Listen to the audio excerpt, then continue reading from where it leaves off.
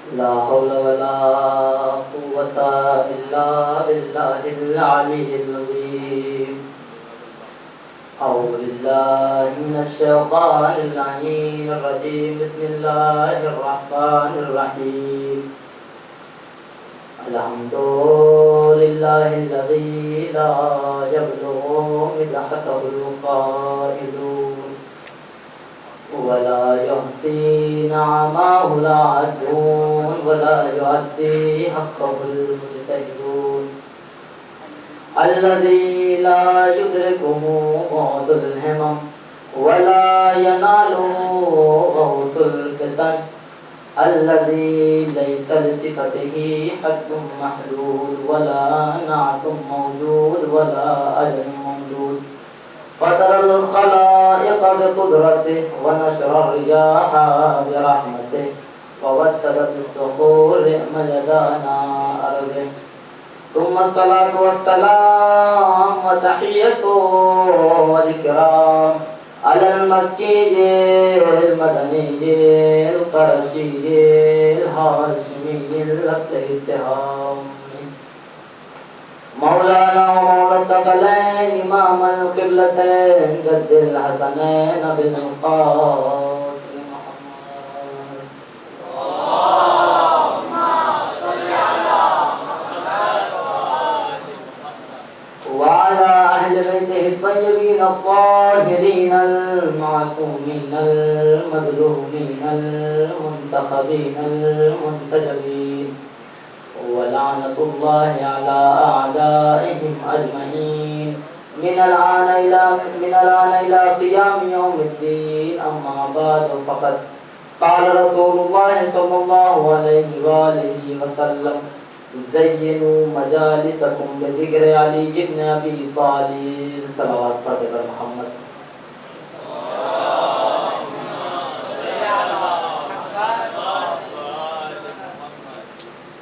اب اس کے حدیث کے ذیل میں آپ کے سامنے کچھ ٹوٹے پھوٹے الفاظ اپنے عرض کروں. ایک مرتبہ گزارش ہے کہ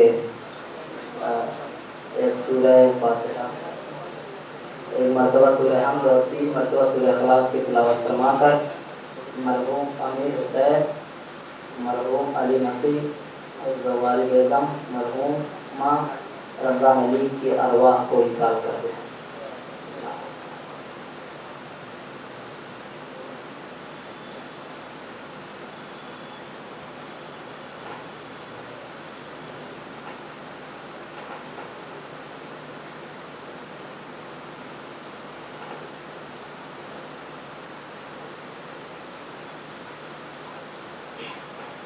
عزیزان گرامی، محترم سامعین کرام و طلاب ذوی الاحترام، ظاہر ہے کہ طویل عرصے کے بعد آپ کی خدمت میں بحیثیت خطیب حاضر ہو رہا ہوں. ابھی تک بحیثیت مقرر آپ مجھ کو سماعت کر رہے تھے، لیکن لاک ڈاؤن کے بعد سے پہلی مرتبہ آپ کے سامنے بحیثیت خطیب حاضر ہونے کا شرف حاصل ہو رہا ہے. عزیزان ایمان، میں نے جس حدیث رسول کو اپنا سرنامہ سخن قرار دیا ہے، اس میں اللہ کا حبیب ارشاد فرما رہا ہے زینوا مجالسکم بذکر علی بن ابی طالب، یعنی کہ اپنی مجالسوں کو زینت دو علی بن ابی طالب کے ذکر سے. آپ غور کیجئے کہ مجالس یعنی کہ طلاب اکرام کا مجمع ہے. اگر میں یہ بات کہوں تو بیجا نہ ہوگی کہ مجالس ظرف مکان ہے، یعنی کہ جہاں پر بیٹھا جائے. اب وہ بیٹھنا چاہے جس صورت میں ہو، چاہے وہ سیمینار کی صورت میں ہو، چاہے وہ کانفرنس کی صورت میں ہو، یعنی کہ اپنے تمام پروگرامز میں کس کا ذکر کیا جائے؟ علی بن ابی طالب کا ذکر کیا جائے. عزیزان گرامی، کیوں ذکر کیا جائے؟ اس لیے رسول اسلام نے ارشاد فرمایا ذکر علی عبادہ، کہ علی کا ذکر کرنا عبادت ہے. اب آپ غور کیجئے کہ بہت سے لوگ اس بات کو لے کر یہیں پر رک جائیں گے اور ان کو بات سمجھ میں نہ آئے گی کہ کس طریقے سے علی کا ذکر کرنا عبادت ہو گیا. اب وقت یہ رسول اسلام پھر یہیں پر خاموش نہیں ہوتے، آگے ارشاد فرماتے ہیں اس لیے کہ ذکر علی ذکری و ذکری ذکر اللہ و ذکر اللہ عبادہ، اس لیے کہ علی کا ذکر جو ہے وہ میرا ذکر ہے اور میرا ذکر اللہ کا ذکر ہے، وہ ذکر اللہ عبادہ، اور اللہ کا ذکر عبادت ہوا کرتا ہے۔ اب عزیزان گرامی ہم علی کا ذکر اس لیے کرتے ہیں چونکہ علی کا ذکر عبادت ہے۔ ہم اٹھتے ہیں تو یا علی مدد کہتے ہیں، بیٹھتے ہیں تو یا علی مدد کہتے ہیں، سوتے ہیں تو یا علی مدد کہتے ہیں، جاگتے ہیں تو یا علی مدد کہتے ہیں، اٹھتے بیٹھتے سوتے جاگتے تمام مقامات پر علی علی کہتے رہتے ہیں۔ اور عزیزان گرامی بہت سے لوگوں کو یہ بات ناگوار گزرتی ہے کہ وہ کس طریقے سے وہ سمجھتے ہیں کہ یا علی مدد یہ کیوں کہہ رہے ہیں، یا علی مدد کیوں کہہ رہے ہیں، جبکہ اللہ خلق کر رہے، اللہ خالق ہے اور علی مخلوق ہے۔ انہیں چاہیے کہ اللہ سے مدد مانگے، انہیں چاہیے کہ اللہ سے مدد مانگے، کیوں؟ اس لیے کہ اللہ خالق ہے، علی مخلوق ہے، یہ علی سے کیوں مدد مانگتے ہیں؟ انہیں اللہ سے مدد مانگنا چاہیے۔ عزیزان گرامی میں کہوں گا ہاں آپ پر برحق ہے، آپ حق بجانب ہے، لیکن عزیزان گرامی ذرا قرآن پڑھیے۔ اللہ تعالیٰ نے قرآن میں ارشاد فرمایا وَاسْتَعِینُوا بِالصَّبْرِ وَالصَّلَاةِ، جب تمہارے اوپر مصیبت آ پڑے، جب مصیبت اور رنج و آلام تمہارا احاطہ کر لے، اور جب مصیبت اور رنج و غم تمہارا احاطہ کر لے اور تمہیں گھیر لے، تو تم مدد مانگو کس سے؟ وَاسْتَعِینُوا بِالصَّبْرِ، صبر سے مدد مانگو، وَالصَّلَاةِ اور نماز سے مدد مانگو۔ اب عزیزان گرامی رسول یعنی قرآن میں اللہ تعالیٰ نے کیا کہا کہ صبر سے مدد مانگو اور نماز سے مدد مانگو۔ اب آپ غور کیجئے، یہ معصومین کی طرف رجوع کرتے ہیں۔ معصومین کیا فرماتے ہیں؟ معصومین نے فرمایا صبر نصف ایمان ہے، صبر نصف ایمان ہے۔ ایمان دو چیزوں کے مجموعے کا نام ہے، ایمان دو چیزوں سے مل کر بنا ہے، ایک صبر سے ایک شکر سے۔ اب عزیزان گرامی ایک صبر سے ایک شکر سے اللہ نے قرآن مجید میں ارشاد فرمایا کہ صبر سے مدد مانگو، اور معصومین کہہ رہے ہیں صبر نصف ایمان ہے۔ جب پروردگار عالم قرآن مجید میں نصف ایمان سے مدد مانگنے کا حکم دے سکتا ہے تو جو کل ایمان ہو، پروردگار عالم قرآن مجید میں نصف ایمان سے مدد مانگنے کا حکم دے سکتا ہے کہ وَاسْتَعِینُوا بِالصَّبْرِ وَالصَّلَاةِ۔ اس وجہ سے ہم علی سے مدد مانگتے ہیں، علی سے مدد مانگتے ہیں اور علی سے محبت کا اظہار کرتے ہیں، علی کے لیے عشق کو، علی کے لیے عشق کرتے ہیں، علی کے لیے دل و جان حاضر ہے۔ اور عزیزان گرامی اور ہم علی سے محبت کر کے اپنے مومن ہونے کا ثبوت دیتے ہیں، کیوں؟ اس لیے کہ رسول اسلام نے ارشاد فرمایا لا يحب علیا الا المؤمن، علی سے کوئی شخص محبت کر ہی نہیں سکتا مگر یہ کوئی مومن ہو۔ پھر اس کے بعد فرمایا ولا يبغض علیا الا الکافر، اور علی سے کوئی شخص بغض اور حسد کینہ رکھ ہی نہیں سکتا مگر یہ کہ وہ کافر ہو۔ یعنی کہ رسول اسلام نے ایک پیمانہ اور ایک معیار یہ بتا دیا ہے کہ علی سے محبت وہی کرے گا جس کے اندر ایمان پایا جاتا ہوگا، علی سے محبت وہی کرے گا کہ جو مومن ہوگا۔ پھر اس کے بعد رسول اسلام خاموش نہیں ہوتے ہیں، آگے ارشاد فرماتے ہیں یا علی حبک التقوی والایمان وبغضک الکفر والنفاق، اے علی تمہاری محبت تقوی اور ایمان ہے اور تم سے بغض کفر و نفاق ہے۔ اور غور کیجئے رسول اسلام نے فرمایا علی سے محبت وہ کرے گا جو مومن ہوگا، علی سے محبت وہ کرے گا جو متقی ہوگا، علی سے محبت وہ کرے گا، علی سے عشق وہ کرے گا کہ جس کے اندر ایمان پایا جاتا ہوگا، جس کے اندر پرہیزگاری پائی جاتی ہوگی۔ اب عزیزان گرامی علی سے بغض وہ رکھے گا جو فاسق ہوگا، جو فاجر ہوگا، جو جس کے اندر تمام تر صفات سیئہ موجود ہوں گے، وہ علی سے بغض رکھے گا۔ اب غور کیجئے پھر اس کے بعد رسول اسلام خاموش نہیں ہوتے، آگے ارشاد فرماتے ہیں النظر الی وجہ علی بن ابی طالب عبادہ، علی بن ابی طالب کے چہرے کی طرف دیکھنا عبادت ہے۔ پھر اس کے بعد فرمایا حب علی عبادہ، علی کی محبت عبادت ہے۔ اب عزیزان گرامی غور کرنے کا مقام یہ ہے کہ رسول اسلام نے فرمایا علی سے محبت عبادت ہے۔ پھر اس کے بعد رسول اسلام فرماتے ہیں یا علی انت بمنزلتی ہارون من موسیٰ، اے علی تمہاری منزلت ہارون و موسیٰ جیسی ہے۔ پھر اس کے بعد رسول اسلام فرماتے ہیں انا وعلی من نور واحد، میں اور علی ایک ہی نور سے خلق کیا گیا ہوں۔ پھر اس کے بعد فرمایا انا وعلی من شجرۃ واحدہ، میں اور علی وہ ہوں کہ جو ایک ہی درخت سے تعلق رکھتے ہیں۔ اب عزیزان گرامی پھر اس کے بعد رسول اسلام خاموش نہیں ہوتے، آگے ارشاد فرماتے ہیں القرآن مع علی وعلی مع القرآن، قرآن علی کے ساتھ ہے اور علی قرآن کے ساتھ ہے۔ پھر ارشاد فرمایا الحق مع علی وعلی مع الحق، حق علی کے ساتھ ہے اور علی حق کے ساتھ ہے۔ آپ ساتھ ہونے کا مطلب سمجھتے ہیں؟ طلاب اکرام کا بننا ہے عزیزان گرامی، یعنی کہ جدھر جدھر حق جائے گا ادھر، جدھر جدھر علی جائیں گے ادھر ادھر حق جائے گا، یعنی کہ تمہیں حق کی ضرورت ہے، اگر تمہیں حق کی حاجت ہے تو تم درے علی پر آ جاؤ، حق کے پیچھے نہ بھاگو، اس لیے کہ جدھر جدھر علی جائے گا ادھر ادھر حق جائے گا۔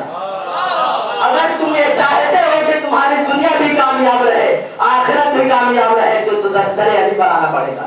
ابھی برادر عزیز عرض کر رہے تھے کہ پنجتن پاک کو نوح کشتی سے تعبیر کیا گیا ہے، یعنی کہ اگر ان کے در پر کوئی آ جا رہا ہے وہ نجات پالے گا۔ کیوں؟ اس لیے رسول اسلام نے ارشاد فرمایا انی تارکن فیکم الثقلین کتاب اللہ و عترتی اہل بیت، میں تمہارے درمیان دو گرا قدر چیزیں، دو ہم پلہ چیزیں، دو متساوی چیزیں، دو ہم وزنی چیزیں چھوڑے جا رہا ہوں، اگر تم ان سے متمسک رہو گے، ان سے اگر تم ملے رہو گے، اگر ان دونوں کا دامن تھام لو گے تو تم دنیا میں بھی کامیاب ہو اور آخرت میں بھی کامیاب۔ یعنی کہ ان دونوں کا دامن تھام کے چلنا ہے۔ اگر ہم اہل بیت کو فراموش کر دیتے ہیں اور صرف قرآن کا دامن پکڑ لیتے ہیں تو یقین جانیے نہ اس کی آخرت قبول ہوگی اور نہ وہ آخرت میں کامیاب ہوگا، نہ وہ اس دنیا میں کامیاب ہوگا۔ ضروری ہے کہ دونوں کا دامن تھاما جائے۔ اس لیے رسول اسلام نے ارشاد فرمایا ہے کہ ہم تمہارے درمیان دو گرا قدر چیز ہے۔ میں آپ کے سامنے نمونے کے طور پر ایک واقعہ پیش کر دوں کہ جو قرآن کو صرف تھام لے اور اہل بیت کا دامن چھوڑ دے اس کا انجام کیا ہوتا ہے۔ جنگ نہروان ہے۔ جنگ نہروان سے چند دن پہلے ایک صحابی امام کے ساتھ چہل قدمی کر رہا رات میں، تو اچانک امام اس صحابی کے ذہن میں، اس صحابی کے کان میں تلاوت قرآن مجید کی آواز آتی ہے۔ تلاوت قرآن مجید کی آواز آتی ہے۔ کون سی آواز؟ ایک خوبصورت لہجے میں اور خوبصورت آواز میں، بڑے حسین انداز میں اس کے کان تک تلاوت قرآن مجید کی آواز پہنچی اور ایک مرتبہ وہ امام علیہ السلام سے کہتا اے مولا، اے کاش میں اس کے بدن کا ایک بال ہو جاتا، میں اس کے بدن کا ایک بال، دیکھیں قاری قرآن کی عظمت کیا ہے اور خود قرآن کی عظمت کیا ہے، اے کاش میں اس کے بدن کا ایک بال ہو جاتا۔ پھر عزیزان گرامی امام علیہ السلام نے فرمایا کہ کیا تو اتنی جلدی فیصلہ کر لے گا، کیا تو اتنی جلدی فیصلہ کر لے گا؟ یہاں سے میں آپ کو ایک بات کی طرف اشارہ کرنا چاہتا ہوں، یعنی کہ جب بھی کوئی تحریک چلائیے، جب بھی کوئی اقدام کے لیے قدم اٹھے، جب بھی کوئی اقدام کریے تو عزیزان گرامی ضروری ہے کہ اپنے سے بڑوں سے مشورہ لے لیجیے، اپنے سے بڑوں سے پوچھ تاچھ کر لیجیے۔ اب عزیزان گرامی کیا ہوا؟ اس کے کچھ دنوں بعد جنگ نہروان واقع ہوئی۔ امام علی علیہ السلام ہے جھنڈے کو گاڑ کے میدان میں، ایک مرتبہ فوج سے کہتے ہیں 10,000 کا لشکر امام کے سامنے موجود ہے۔ امام نے کہا کہ تم میں سے جو مجھ سے جنگ کرنا چاہتا ہے وہ یہیں پر ٹھہرے اور جو جنگ کرنا نہیں چاہتا وہ یہاں سے نکل لے۔ اب عزیزان گرامی یہاں سے چلا جائے یا جھنڈے کے نیچے آ جائے۔ اب آپ غور کیجئے، عزیزان ایمان 10,000 افراد تھے، المقتصر رفع نظر کرتے ہوئے تمام واقعے کو محاصر اس واقعے میں جو ہے وہ پیش کر رہا ہوں۔ کیا کہا کہ تم میں سے جو ہے، تم میں سے جو مجھ سے جنگ کرنا چاہتا ہے وہ یہی ٹھہرے اور تو کیا یہاں سے چلا جائے۔ اب عزیزان ایمان آپ غور کیجئے، جنگ واقع ہوئی، 10,000 افراد میں سے چند افراد امام کے مقابل کھڑے رہے۔ عزیزان ایمان 10,000 افراد امام کے مقابل میں ایسے کھڑے رہے جس طریقے سے فصلیں کھڑی ہو بس کٹائی کی دیر ہو۔ 10,000 افراد امام کے مقابل المختصر شیر خدا کے ہاتھ سے دشمن خدا کو واصل جہنم کر دیا۔ شیر خدا کے ہاتھ نے دشمن خدا کو واصل جہنم کر دیا۔ چند افراد بچے۔ اب عزیزان گرامی اسی صحابی کے ساتھ جس کے ساتھ چہل قدمی کر رہے تھے، دیکھیے آپ غور کیجئے کہ جو قرآن کا صرف دامن تھامے اور اہل بیت کو چھوڑ دے تو وہ بھی کامیاب نہیں ہے۔ جو قرآن کو پکڑ لے، جو اہل بیت کو پکڑ لے، اہل بیت کا دامن تھام لے، اہل بیت کے راستے قدم پر چلے، اہل بیت کی اتباع کرے، اہل بیت کا مقتدی ہو جائے تو عزیزان گرامی وہ بھی کامیاب نہیں جو قرآن کو چھوڑ دے، اہل بیت کو مان لے، اہل بیت کو چھوڑ دے قرآن کو مان لے۔ اب اس کے بعد کیا نتیجہ ہوا کہ ایک مرتبہ امام علیہ السلام اسی صحابی کے ساتھ آتے ہیں، ایک مقتول کے پاس جو جنگ میں جو شہید ہو گیا، جو جنگ میں قتل ہو گیا تھا، ہلاک ہو گیا تھا، اسے شہید نہیں کہیں گے، وہ ہلاک ہوا کیوں؟ اس نے علی کے مقابل میں آیا تھا۔ عزیزان ایمان ایک مرتبہ امام علی علیہ السلام اس صحابی کے ساتھ آتے ہیں اور آنے کے بعد کہتے ہیں اس شخص کو جانتے ہو؟ کہا نہیں مولا۔ کہا یہ وہی شخص ہے کہ جو اس رات بڑے خوبصورت انداز میں قرآن صامت کی تلاوت کر رہا تھا اور آج قرآن ناطق کے مقابلے میں آ گیا۔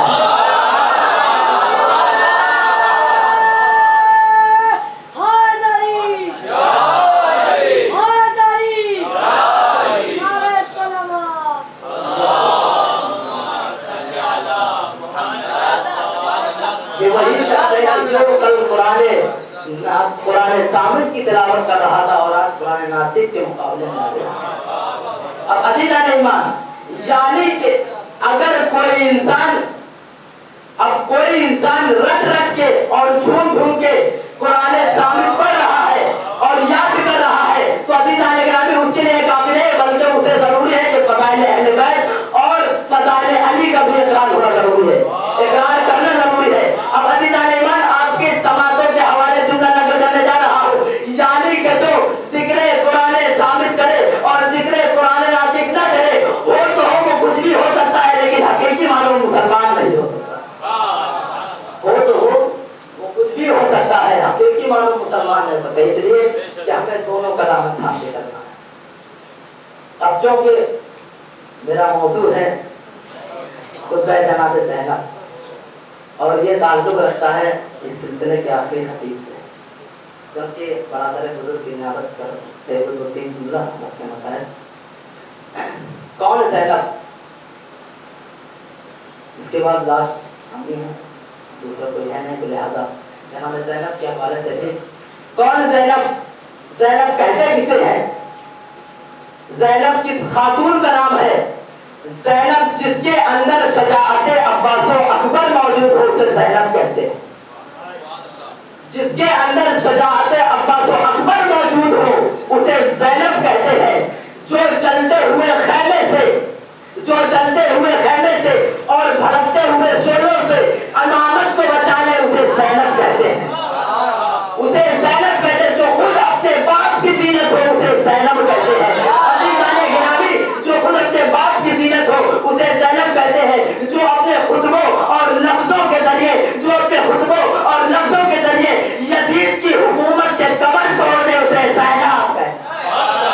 جو یزید کی حکومت کی کمر توڑ دے اپنے لفظوں کے ذریعے، اپنے لہجے کے ذریعے، کون سا لہجہ؟ وہ لہجہ اپنا یا جو علی کا لہجہ، اسے زینب کہتے ہیں۔ حسینیت کی طرف سے یزیدیت کے چہرے پر پڑنے والے تماچے کو زینب کہتے ہیں۔ حسینیت کی طرف سے یزیدیت کے چہرے پر پڑنے والے تماچے کو زینب کہا جاتا ہے۔ عزیزان گرامی، یعنی زینب نے چلتے ہوئے خیمے سے امامت کو بچایا۔ یہی تو امتیاز ہے ثانیہ زہرا، اور زہرا نے مدینے میں ایک علی کی حفاظت کی تھی اور کربلا میں ثانیہ زہرا نے دو علی کی حفاظت کی۔ یہ امتیاز رہا ہے جب ثانیہ زہرا، اگر زہرا نہ ہوتی، اگر زینب نہ ہوتی تو کربلا میں دفن ہو جاتی۔ اگر زینب نہ ہوتی تو جو حسین نے شجرہ طیبہ لگایا تھا اس کی شاخیں نہ ہوتی۔ زینب نے مقصد قیام حسین، مقصد قتل خون حسین، مقصد قتل حسین کو لوگوں تک پہنچایا ہے۔ یزید کے دربار میں آپ سنتے رہتے ہیں کہ کیا ماجرا تھا، کیا واقعہ پیش آیا کہ جہاں یزید جیسا ظالم و جابر بادشاہ اپنے آپ کو خلیفۃ رسول اللہ کہلوا رہا تھا اور اسے لوگ امیر المؤمنین کے لقب سے یاد کر رہے تھے، ایسے انداز سے بلایا جا رہا تھا کہ جس کا وہ نااہل تھا، وہ اہل نہیں تھا، لیکن پھر بھی اسے لوگ بلا رہے تھے۔ ایسا ماحول تھا کہ جہاں پر تخت یزید کا تھا، تاج یزید کا تھا، شمشیر یزید کی تھی، نیزہ یزید کا تھا، نیزہ بردار یزید کے تھے، تیر یزید کا تھا، تیر انداز یزید کے تھے، چمکتی ہوئی تلوار یزید کی تھی۔ عزیزان گرامی، جہاں پر 700 کرسی نشین افراد تھے، ایک مرتبہ عزیزان ایمان خوف و ہراس کا ماحول تھا، خوف و دہشت سب کے چہرے سے آیا تھی۔ ایک مرتبہ جناب زینب کھڑی ہوتی ہے اور کھڑی ہونے کے بعد کہتی ہے، یا یزید تو نے جتنی مکاریاں تجھے کرنی تھی کر لی، جتنے پیسے خرچ کرنے تھے کر لیا، جتنا مالو قدم لٹانے تجھے لٹا دیے، اب تیری اوقات نہیں کہ تو میرے ذکر کو اور وحی الہی کو منقطع کر سکے۔ یہ جناب زینب ہے کہ جو بھرے دربار میں کہ جہاں پر کسی کی اوقات نہیں کہ یزید کے خلاف بولے، اگر کوئی بولتا ہے تو اس کی گدی سے زبان کو کھینچ دی جاتی ہے۔ اگر کوئی یزید کے خلاف آواز بلند کرتا ہے اور گردنیں اٹھا کر یزید کی طرف دیتا ہے تو اس کی گردنیں مار لی جاتی ہیں۔ یہ عالم ہے جہاں پر زینب جو علی کی شیر دل بیٹی کھڑی ہونے کے بعد کہتی ہے کہ اے یزید، تو کیا سمجھ رہا ہے کہ حسین کو قتل کر دیا تو جیت گیا؟ ابھی حسین کے کردار میں اس کی بہن زینب موجود ہے۔ بس عزیزوں، کون زینب؟ وہی زینب کہ جب شب عاشور تمام بیویاں اپنے اپنے بچوں کو یہ سمجھا رہی ہیں اور یہ بتا رہے ہیں، یہ بیٹا دیکھو کل تمہیں حسین پر قربان ہونا ہے۔ جناب ام فروہ قاسم سے کہہ رہے ہیں، اے بیٹا قاسم کل تمہیں چچا پر قربان ہونا ہے۔ جناب زینب اپنے دونوں بچوں سے کہہ رہے ہیں، اے بیٹا محمد کل تمہیں ماموں پر اپنی جان دینا ہے۔ عزاداران مظلوم کربلا جناب لیلا اپنے کڑیل جوان علی اکبر سے کہ جسے زینب نے بڑے منتوں سے 18 سال پالا تھا، اسے بتا رہے ہیں کہ بیٹا اکبر کل تمہیں بابا پر قربان ہونا ہے۔ عزاداران مظلوم کربلا ایک مرتبہ راوی کہتا ہے کہ ایک مرتبہ وہ خیمے کے قریب جاتا ہے، کیا دیکھا کہ ایک ماں جو اپنے بچے سے کہتی ہے، اے بیٹا علی اصغر کل تمہیں بابا پر قربان ہونا ہے۔ اے بیٹا علی اصغر آپ تو بڑے چھوٹے ہیں، آپ میدان میں چل کے خود سے نہیں جا سکتے، اے بیٹا علی اصغر کل اپنے ماں کی دودھ کی لاج رکھ لینا۔ عزاداران مظلوم کربلا ایک مرتبہ جناب رباب علی اصغر سے کہتی ہیں، اے بیٹا علی اصغر میں خاندان عصمت و طہارت سے نہیں ہوں، میں باہر سے بیاہ کے آئی ہوں، کل جب میدان میں جانا تو اپنے ماں کی دودھ کی لاج رکھ لینا۔ عزاداران مظلوم کربلا المختصر صبح نمودار ہوتی ہے، حسین تمام اصحاب کا لاشا خیمے میں لاتے ہیں، کبھی انو محمد کا لاشا خیمے میں لائے اور کبھی عباس اور کبھی اکبر کا لاشا خیمے میں لاتے ہیں، اور کبھی بچپن کے دوست کبھی ابن مظاہر کا لاشا خیمے میں لاتے ہیں۔ عزاداران مظلوم کربلا جب تمام اصحاب و انصار کا لاشا حسین خیمے میں لا چکے، میرا امام یکو تنہا ہے آواز دیتا ہے، حل من ناصر ینصرنا۔ خدا آپ کو کوئی غم نہ دے سوائے غم سے ایک مرتبہ حسین میدان کربلا میں آواز دیتے ہیں، جہاں حسین زہرا کے لال پر عالم غربت ہے، کوئی مدد کرنے والا نہیں ہے، ایک مرتبہ حسین نے آواز دی، حل من ناصر ینصرنا، ہے کوئی کہ جو میری مدد کو آئے، ہے کوئی کہ جو نبی زادیاں اور علی کی بیٹیوں کی پردے کی حفاظت کرے۔ ہاں عزاداران مظلوم کربلا جیسے ہی یہ کہنا تھا، لبیک لبیک ان رسول اللہ کی آوازیں کٹے ہوئے گردنوں سے آنے لگی۔ عزاداران مظلوم کربلا ایک مرتبہ یہ سننا تھا، اچانک خیمے میں کوہرام برپا ہوا،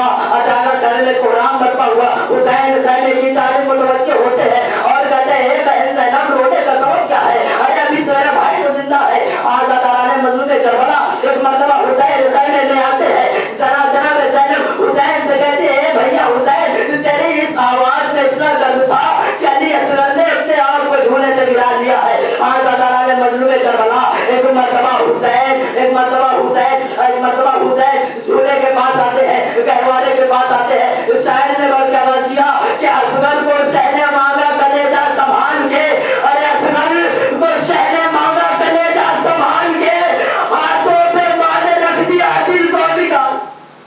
اجر کو میرا سہارا، خدا آپ کو کوئی غم نہ دے سوائے غم سید الشہداء کے۔ ایک مرتبہ امام حسین علی اصغر کو گود میں لیتے ہیں، گود میں لینے کے بعد میدان میں آتے ہیں اور علی اصغر کے لیے پانی مانگتے ہیں، لیکن عزاداران مظلوم کربلا پانی نہیں ملتا ہے۔ ایک مرتبہ امام حسین علیہ السلام نے اپنے 6 مہینے کے بچے کو جلتی ہوئی زمین پر لٹا دیا اور یہ کہا، اگر تم یہ چاہتے ہو کہ حسین اس بچے کے بہانے پانی پی گا تو لاؤ تم آؤ اس بچے کو پانی پلا دو۔ لو عزاداران مظلوم کربلا جیسے ہی اس منظر کو فوج اشکیہ نے دیکھا، منہ پھیر پھیر کر رونے لگی۔ ایک مرتبہ حسین نے کہا کہ اے بیٹا علی اصغر تم بھی تو حجت خدا ہو، اپنی حجت کو تمام کرو۔ ایک مرتبہ علی اصغر نے اپنے سوکھی زبان کو سوکھے ہونٹوں پر پھیرنا شروع کیا، فوج اشکیہ میں انقلاب برپا ہونا شروع ہو گیا۔ ایک مرتبہ عمر سعد آواز دیتا ہے، اینا اینا ارملا ارتا کلام الحسین، اے ارملا تو کہاں ہے؟ حسین کے کلام کو منقطع کر دے۔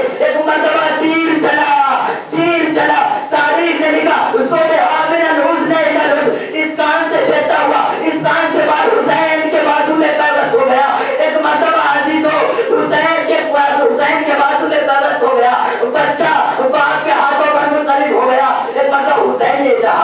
علی اصغر کے خون کو آسمان کی جانب پھینکنا چاہے تو ایک مرتبہ آواز ہے حسین اگر اس شہید کا ایک خون کا قطرہ بھی آسمان کی جانب آیا تو کبھی بھی تا قیامت بارش نہ ہوگی. ایک مرتبہ حسین نے چاہا کہ زمین کی طرف اس خون کو پھینکے. آواز ہے حسین اگر اس قطرہ بھی اس خون کا آیا تو تا قیامت کبھی بھی گندم اور کبھی بھی اناج نہ اٹھ سکے گا. آزادانہ مظلوم کربلا ایک مرتبہ حسین نے خون کو اپنے چہرے پر ملا. شاید نے بڑھ کے آواز دی کہ فوارہ خون کا زخم کے کانوں سے بہ گیا. ارے فوارہ خون کا زخم کے کانوں سے بہ گیا. جتنا پیا دودھ لہو بن کے خدا آپ کو کوئی غم نہ دے. ایک مرتبہ امام حسین علیہ السلام نے علی اصغر کو عبا کے دامن میں لپیٹا اور خیمے کی جانب بڑھتے ہیں. ایک باپ ہے جو 6 مہینے کا بچہ ہے. وہ اپنے بچے کے لیے انا للہ و انا الیہ راجعون تاریخ نے لکھا 7 مرتبہ حسین نے اس عمل کو انجام دیا. المختصر حسین خیمے میں آتے ہیں. رباب سے پہلے سکینہ دوڑی چلی ہے. اے بابا آپ اصغر کو پانی پلا لائے, میں پیاسی رہ گئی.